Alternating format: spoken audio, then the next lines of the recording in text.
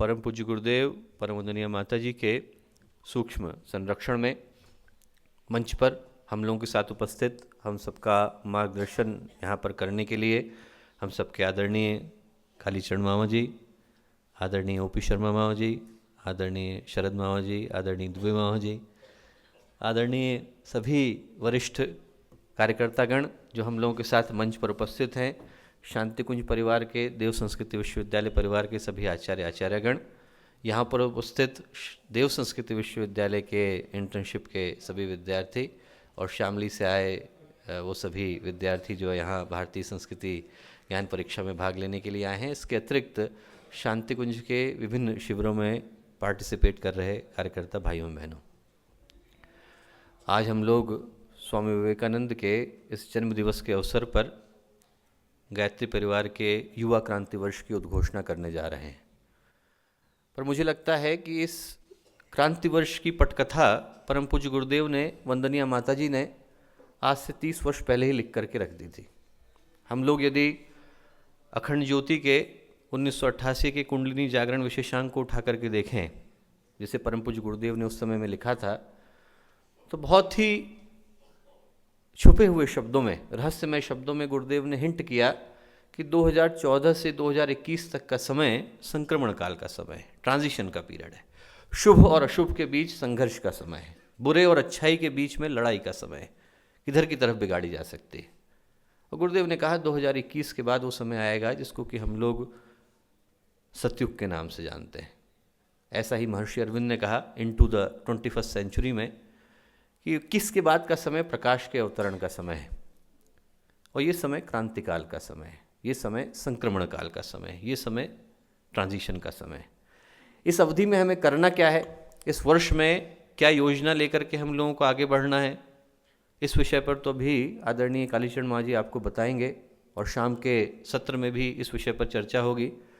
पर ये वर्ष क्रांतिकाल क्यों है, इसके पीछे हम लोगों की सोच क्या होनी चाहिए, इस विषय पर मैं आपसे 2 बातें करना चाहता हूँ। जब हम लोग बात क्रांतिकाल की करते हैं तो ये सोचना आवश्यक हो जाता है कि क्रांतिकाल में होता क्या है, किसे कहते हैं क्रांतिकाल। क्रांतिकाल शब्द गुरुदेव के चिंतन में कई बार आता है, किसे कहते हैं क्रांतिकाल।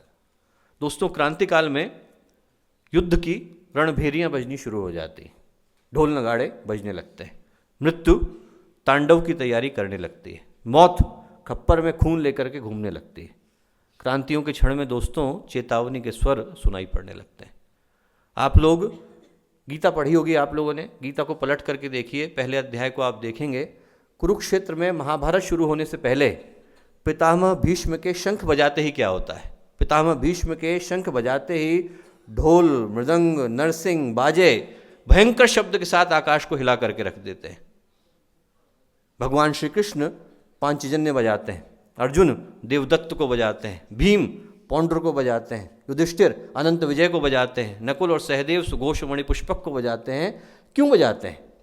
चेतावनी देने के लिए बजाते हैं, शत्रुओं के हृदय को विदीर्ण करने के लिए बजाते हैं, आतताइयों को उनके अंत की याद दिलाने के लिए बजाते हैं, देवत्व की असुरता पर विजय की गाथा को सुनाने के लिए बजाते हैं। इसलिए बजाते हैं दोस्तों कि जो लोग दुर्बल मानसिकता के हैं, कमजोर हृदय के हैं, छोटे हैं, बच्चे हैं, वो लोग अपना सामान पैक कर लें, उनके खेलने का समय नहीं रहा। ये जो मैदान है यहाँ पर बड़े लोगों की युद्ध की तैयारियों का समय आ गया। हम लोग जब छोटे थे तो अभी जो पातंजलि भवन जिस जगह पर है, हम लोग जब वहाँ पर खेला करते थे और शाम को वहीं पर बड़े चाचा जी लोगों का, मामा जी लोगों का वॉलीबॉल का समय होता था, उन लोगों के लाठी की प्रैक्टिस का समय होता था, तो हम लोगों को पैक कर दिया जाता था, बेटा अब आप लोग जाओ, आप लोगों को चोट लग जाएगी। तो ये जो समय है ये वैसा ही समय है। जो लोग कमज़ोर मानसिकता के हैं उनको ये याद दिलाने का समय है कि यदि हम लोग इस समय में अपनी चाल को नहीं बदलेंगे तो वक्त हमको बदलने वाला है। ये समय ऐसा है जब ऊपर से प्रवाह चलने वाला है, यदि हम लोग सच में अपने परिष्कार के लिए तैयार नहीं होते हैं तो फिर भगवान के दंड का हम लोगों को भागी बनना पड़ेगा। ये समय क्रांतिकाल का समय है, और ये समय इसलिए महत्वपूर्ण समय है क्योंकि आज स्थूल जगत में, सूक्ष्म जगत में, आप किसी भी जगत में चले जाइए, हर जगह पर एक ही आवाज़ है कि क्रांति की आवश्यकता खड़ी हुई है। ऐसा नहीं है कि इन दिनों को टालने के लिए प्रयत्न नहीं किए गए। हम लोग 150 वर्षों में जिस भी तपस्वी को जानते हैं, चाहे वो स्थूल जगत में रहा हो, चाहे सूक्ष्म जगत में रहा हो, चाहे हमें दिखता हो चाहे नहीं दिखता हो, पर सत्य बात यही है दोस्तों कि ऐसा कोई तपस्वी नहीं है जिसने इस दिन को टालने के लिए अहर्निश लगातार निरंतर सतत प्रयत्न किए हों, लगातार प्रयत्न किए हों। पर दुर्भाग्य है दोस्तों कि इस महाभारत को टाला नहीं जा सकता। ऐसा नहीं है, पिछले युग में भी महाभारत हुआ था, उसको टालने के लिए भगवान श्री कृष्ण को स्वयं इंटरवीन करना पड़ा, उतरना पड़ा। पर जब उनके समझाने के बावजूद दुर्योधन की नासमझी नहीं सुधरी तो फिर भगवान को अपना विराट रूप दिखाने के लिए बाध्य होना पड़ा, महाभारत कराने के लिए बाध्य होना पड़ा। कहानी आप लोगों को पता होगी कि जब पांडव अज्ञातवास के बाद लौटे तो नियमानुसार जो निर्धारित शर्तें थी उसके अनुसार उनको उनका राज्य दे दिया जाना चाहिए था। दुर्योधन ने मना कर दिया, साहब नहीं दूंगा, करना है जो कर लो। भगवान श्री कृष्ण दूत बन करके गए समझाने के लिए, यद्यपि आवश्यकता नहीं थी, तब भी समझाने के लिए गए कि भाई यदि इस महाभारत को टाला जा सके तब भी एक बार बातचीत करके देखते हैं। दुर्योधन के पास गए, दुर्योधन से बोले भाई नियमानुसार तो राज्य तुझे दे देना चाहिए था, पर तेरे भाई हैं, भाई भाई में लड़े मैं नहीं चाहता, महाभारत हो मैं नहीं चाहता, एक दूसरे के ऊपर हथियार उठे मैं नहीं चाहता, इन लोगों को तो 5 गांव दे दे, 5 भाई हैं, 5 गांव एक एक करके रह लेंगे, भाइयों को भाइयों पे हथियार उठाने की आवश्यकता नहीं पड़ेगी। दुर्योधन ने वो भी नहीं दिया, बोला सूच्यग्रम नैव दास्यामि विना युद्धेन केशव, सुई की नोक के बराबर जमीन भी बिना युद्ध के नहीं दूंगा केशव, सुई की नोक के बराबर इतनी भी नहीं दूंगा, लड़ना तो आपको पड़ेगा। और ऊपर से बोला कि भगवान श्री कृष्ण को बंदी बना लो, रस्सियों से जकड़ लो, जंजीरों से बांध लो। भगवान को कौन बांध सकता है साहब? रामधारी सिंह दिनकर ने बड़ी खूबसूरत पंक्तियों में लिखा है कि जब ये घटना घटी तो उन्हें लिखा है, हरि ने भीषण हुंकार किया, अपना स्वरूप विस्तार किया। हरि ने भीषण हुंकार किया, अपना स्वरूप विस्तार किया, डगमग डगमग दिग्गज डोले, भगवान कुपित होकर बोले। भगवान गुस्से में बोले, बांधने मुझे तू आया है, जंजीर बड़ी क्या लाया है। बांधने तो आया है, जंजीर बड़ी लाया है कि नहीं लाया है? बांधना जो चाहे तेरा मन, पहले तो बांध अनंत गगन। जो तुझे मुझे बांधना चाहता है, पहले तो तू सारे आकाश को बांध करके दिखा। जिस दिन तू सारी सृष्टि को बांध लेगा, सारे ब्रह्मांड को बांध लेगा, सारी दुनिया को बांध लेगा, तेरे पास इतनी बड़ी रस्सी होगी, इतनी बड़ी डोर होगी, इतनी बड़ी जंजीर होगी कि पूरी कायनात को बांधने की सामर्थ्य तेरे पास होगी। मैं भी बनने को तैयार हूँ, मैं बन जाऊँगा उस सेकंड में। इतनी बड़ी रस्सी तेरे पास होनी चाहिए। बांधना जो चाहे तेरा मन, पहले तो बांध अनंत गगन। और उसके बाद जो बोले वो बड़ी खूबसूरत बात बोले, याचना नहीं अब रण होगा, याचना नहीं अब रण होगा, फिर कभी नहीं वैसा होगा। याचना नहीं अब रण होगा, फिर कभी नहीं वैसा होगा। टकराएंगे नक्षत्र निकर, बरसेगी धरती पर अग्नि प्रखर। टकराएंगे नक्षत्र निकर, बरसेगी धरती पर अग्नि प्रखर। फण शेषनाग का डोलेगा, विकराल काल मुंह खोलेगा। दोस्तों, ये समय वही समय है जब विकराल काल को अपना मुंह खोलने के लिए बाध्य होना पड़ा है। कोई नहीं चाहता, कोई नहीं चाहता कि शेषनाग को अपना फण डुलाना पड़े, कोई नहीं चाहता कि काल को अपना मुंह खोलना पड़े। पर दुर्भाग्यपूर्ण परिस्थितियां हैं कि आज की तारीख में इन परिस्थितियों को टाला नहीं जा सकता। क्रांति किसी की फर्स्ट चॉइस नहीं होती। मजबूरन विवशता में भगवान को सुदर्शन चक्र चलाना पड़ा, मजबूरन परशुराम को कुल्हाड़ा उठाना पड़ा, मजबूरन विवशता में। जब शांति के सारे उपाय चुक जाते हैं तब हम लोगों को क्रांति के पथ का चयन करना पड़ता है।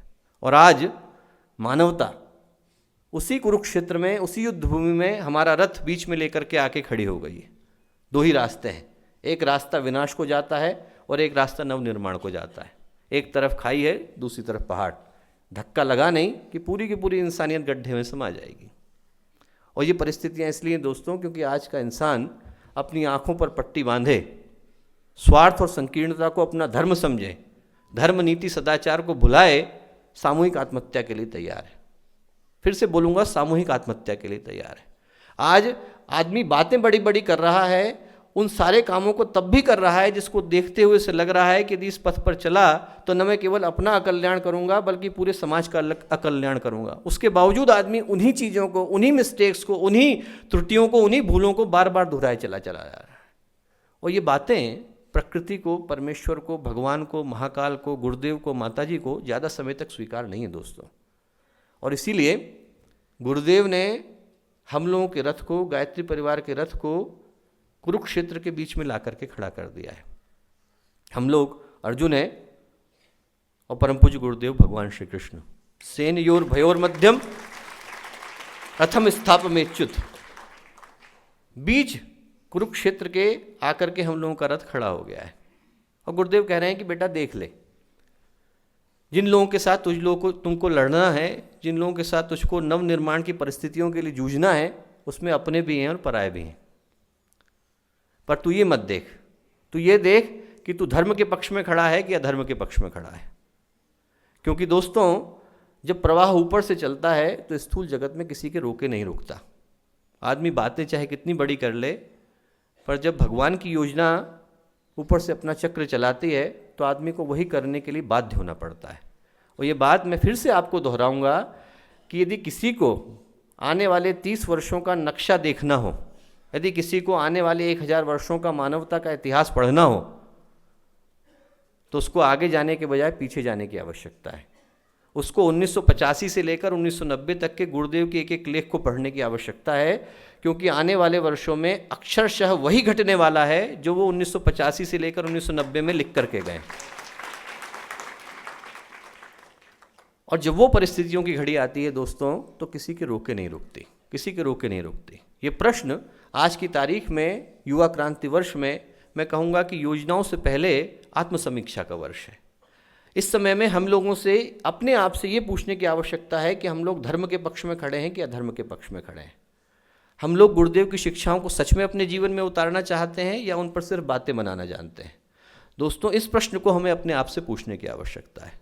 हमें अपने अंतर्मन से, अपने विचारों से, अपने चिंतन से, अपने चरित्र से, अपने आचरण से पूछने की आवश्यकता है कि क्या सचमुच हम लोग गुरुदेव की नीतियों पर चल पा रहे हैं कि नहीं चल पा रहे हैं। हम लोगों को लगता है कि गुरुदेव हमारे पक्ष में खड़े हैं, ऐसा है नहीं दोस्तों। गुरुदेव धर्म के पक्ष में खड़े हैं।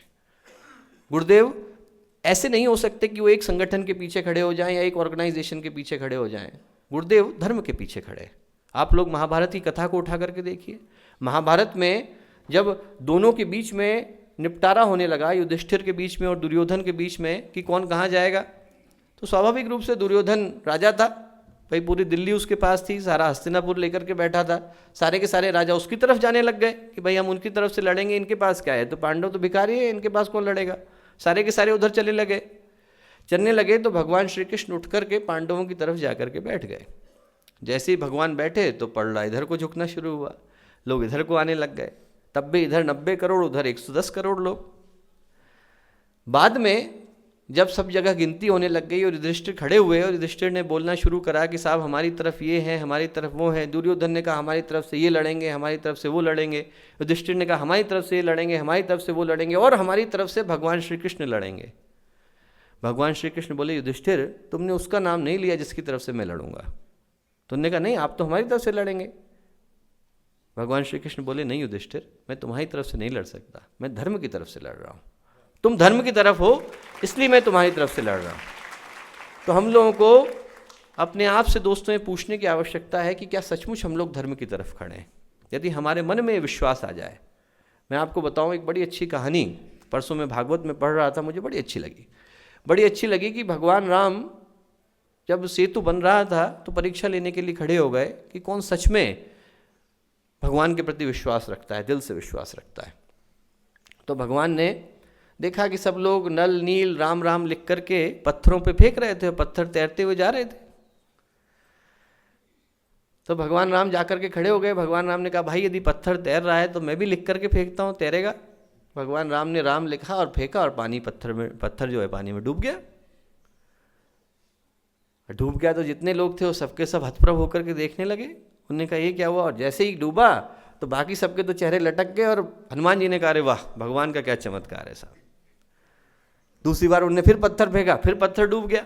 अब फिर पत्थर डूबा तो सबने कहा कि अरे तो हमारे भी अंदर चमत्कार था, भगवान में क्या चमत्कार है, हम ही लोग तैरा रहे थे पत्थर को, भगवान तो खुद फेंक रहे हैं और डूब रहा है। और हनुमान जी ने कहा अरे प्रभु का तो गजब का चमत्कार है साहब। फिर तीसरी बार हुआ। अब जो है भगवान राम ने कहा कि भाई पत्थर तो डूब रहा है, तुम बार बार चमत्कार मेरा क्यों कह रहे हो। हनुमान जी बोले साहब मैं इसलिए चमत्कार कह रहा हूँ कि हम लोग तो तुच्छ प्राणी हैं, हम लोग तो साधारण इंसान हैं। हम लोग पत्थर फेंकते हैं तो जो डूबने वाला पत्थर होता है उसे भी भगवान तार लेते हैं। हम लोग तो तुच्छ प्राणी हैं, हम लोग फेंकते हैं तो जो डूबने वाला पत्थर होता है उसको भी भगवान तार लेते हैं। और ये सोचिए कि जिसको भगवान त्याग देते हैं, जिसको भगवान नहीं फेंक दिया, उसको कौन तार सकता है, उसका डूबना तो तय ही तय है। तो अपने आप से पूछने की आवश्यकता है कि जब गुरुदेव ने हमारे ऊपर अपना नाम लिख दिया है तो क्या हम उनसे त्यागने के लिए यहाँ पर आए हैं या उनसे उबरने के लिए यहाँ पर आए हैं? यदि उनने हमें त्याग दिया दोस्तों तो हमें उबारने वाला कोई दूसरा इस संसार में है नहीं। तो ये समय अपने आप से पूछने का है कि क्या हम सचमुच गुरुदेव की नीतियों पर चल पा रहे हैं कि नहीं चल पा रहे हैं। क्योंकि जहाँ पर ये समय चेतावनी का है, जहाँ पर ये समय क्रांति का है, जहाँ पर ये समय युद्ध की रणभेरियों को सुनने का है, वहाँ पर ये समय सौभाग्य का भी है। वहाँ पर ये समय ऐसा है कि यदि हम लोग सही समय पर सही पक्ष की तरफ खड़े हो गए तो श्रेय के भागीदार निश्चित रूप से बनने वाले हैं। यदि हम लोग सही समय पर सही आवाज़ को सुन करके खड़े हो गए तो फिर भगवान के असिस्टेंट कहलाने का, भगवान के सहयोगी कहलाने का, भगवान के पार्षद कहलाने का सौभाग्य हम लोग प्राप्त कर सकते हैं, जो सदियों सदियों में, युगों युगों में किसी को मिलता है। जब सूरज की किरणें आती हैं तो सबसे पहले पहाड़ की चोटियों पर पड़ती हैं, सबसे पहले। वैसे ही जब भगवान आवाज़ लगाते हैं तो सबसे पहले उनके दिल में जाती है जो जीवंत आत्मा है, जागृत आत्मा है। मैं आप लोगों से कहूँगा दोस्तों कि ये समय हम लोग आत्मसमीक्षा के लिए लें, पर साथ साथ अपने अंतर मन में टटोलने का प्रयास भी करें। क्योंकि मेरी दृष्टि में शांति कुंज के परिसर में गायत्री परिवार के अंग के रूप में वो व्यक्ति कभी यहाँ प्रवेश नहीं करता जिस पर कि गुरुदेव ने स्वयं अपनी दृष्टि न डाली हो। कभी प्रवेश नहीं करता। आपको उदाहरण देकर के बताऊं कि एक पुरानी घटना है। एक वरिष्ठ कार्यकर्ता थे, उनको लगा कि कोई दूसरे सज्जन है वो ढंग का कार्य नहीं कर रहे, तो रिकॉर्डिंग करके उनकी लेकर के गुरुदेव के पास गए और रिकॉर्डिंग गुरुदेव को सुनाने का उन्होंने प्रयत्न किया कि ऐसा ऐसा वो कह रहे थे। गुरुदेव ने रिकॉर्डिंग उठा करके एक तरफ रख दी।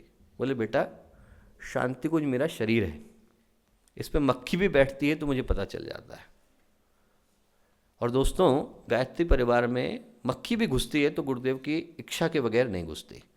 तो मैं अपने आप से, आप सबसे ये कहूँगा कि अपने आप से हम लोग ये पूछ करके देखें कि यदि हम लोग जागृत आत्मा नहीं होते, जीवंत आत्मा नहीं होते, बाकी की आत्माओं से भिन्न नहीं होते, तो हम लोग कभी भी इस परिसर का अंग नहीं हो सकते थे। तो ये समय अपने आप से पूछने का, आत्मसमीक्षा करने का, आत्मा अवलोकन करने का, अपने आप को इस क्राइटेरिया पर, इस कसौटी पर तौलने का है कि हम लोग उन सिद्धांतों के आधार पर कितना आगे बढ़ पा रहे हैं जिनकी अपेक्षा परम पूज्य गुरुदेव को हमसे थी। मैं समझता हूँ कि युवा क्रांति वर्ष की उद्घोषणा के पीछे, उसके पीछे की फिलॉसफी ये है कि हम लोग आत्मसमीक्षा करें, आत्मावलोकन करें, अपने आप को देखें कि हम सच में गुरुदेव के पथ पर आगे बढ़ पा रहे हैं कि नहीं बढ़ पा रहे हैं।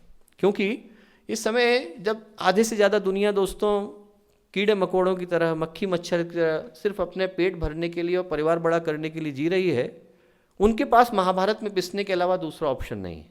हम लोगों के पास है। हमारा रथ अभी भी युद्ध भूमि के मध्य में खड़ा हुआ है। हम लोग चाहें तो गांडीव रख करके टाटा बाय बाय कर सकते हैं, गीता को पहले चैप्टर के साथ ही फिनिश कर सकते हैं, और यदि हम लोग चाहें तो धनुष तान करके भगवान के सहयोगी बन सकते हैं। पर ऑप्शन दो ही, घिसें या फिर पिसें। या तो अपने को बर्बाद करें या परिष्कार करें, या तो पूरी तरह से कुकर्मी करें या फिर धर्म के पथ का चयन करें। इसके अलावा तीसरा ऑप्शन नहीं। और ये जो वर्ष है देहरी के रूप में हमारे जीवन में आकर के खड़ा हुआ है। अब तक जो हो गया सो हो गया, पर आगे का जो समय है उस समय में हमें निश्चित रूप से सही नियमों की अवधारणा करके जीवन में चलना है। क्योंकि भगवान अंधा थोड़े ही है। परम पूज्य गुरुदेव वंदनीय माता जी जो 1000 वर्षों के आगे की योजना लिख रहे हैं, उनसे हमारे कर्म छुपे हुए थोड़ी रहेंगे। तो ये समय ऐसा है कि जब हमें सच में अपने अंदर इस चिंतन को गहराई में डाल लेने की आवश्यकता है कि हम लोग जो आचरण बाहर कर रहे हैं उसके पीछे हम लोगों की सोच भी वैसे ही हो, चिंतन भी वही हो, चरित्र भी वही हो। जैसी गुरुदेव की हमसे आशा थी, अपेक्षा थी, अभीप्सा थी कि हम लोग सही मामलों में दूसरे व्यक्ति के लिए प्रकाश स्तंभ का, प्रकाश स्रोत का कार्य कर सकें, वो हम लोगों के जीवन से, आचरण से, व्यक्तित्व से परिलक्षित होना चाहिए। मैं कहूँगा कि युवा क्रांति वर्ष जिसकी घोषणा आज यहाँ से होने जा रही है, उसके पीछे की सोच ये है कि हम लोग आत्मसमीक्षा करें, आत्मावलोकन करें, स्मृति करें कि हम लोग किन सिद्धांतों के साथ, किस आवाज़ को सुन करके यहाँ पर आए थे, और अपने मंदिर जागृति करें, समीक्षा करें, स्मृति करें, जागृति करें। ये सोच यदि हम लोग इस क्रांति वर्ष में अपने अंदर डाल पाते हैं दोस्तों, तो जो योजनाएं यहाँ से अभी आदरणीय कालीचरण माँ जी आपको देने जा रहे हैं, उन योजनाओं को सही दृष्टि से, सही रूप में क्रियान्वित कर पाने की सामर्थ्य हमारे अंदर विकसित हो सकेगी। तो भगवान करे कि आप सभी लोग दिव्य आत्माएं जो सृष्टि के कोने कोने से यहाँ पर अपने पुण्यों के कारण खिंच करके इस परिसर का अंग हो पाए हैं, वो लोग अपने जीवन की सार्थकता को महसूस करेंगे, सही दिशा का चयन करेंगे, सही पथ के अनुगामी बनेंगे, सही दिशा की तरफ बढ़ेंगे और सही उद्देश्य को प्राप्त करेंगे। ऐसे ही हम लोगों की शुभकामनाएं हैं, ऐसी हम लोगों की मंगल कामना है। बहुत बहुत धन्यवाद।